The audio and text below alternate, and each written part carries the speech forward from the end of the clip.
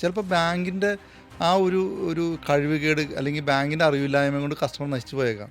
ഇപ്പോൾ ഈ റീസെൻ്റ്ലി ഞാൻ ഒരു എക്സ്പോർട്ടറാണ്, വലിയ എക്സ്പോർട്ടറാണ്, പേരിട്ട എക്സ്പോർട്ടറാണ്. ഇതുപോലെ തന്നെ ഒരു ബാങ്ക്, കേരള ബേസ്ഡ് ബാങ്ക്, അവർക്ക് വേണമെങ്കിൽ രക്ഷപ്പെടുത്താമായിരുന്നു അവരെ. 300ഓളം ശതമാനം, അതായത് 3 ഇരട്ടി സെക്യൂരിറ്റി ഉണ്ട് അവരുടെ കയ്യിൽ. ഓക്കെ, ഒന്ന് രക്ഷപ്പെടുത്താമായിരുന്നു, പക്ഷേ ആ അക്കൗണ്ട് NP ആക്കി.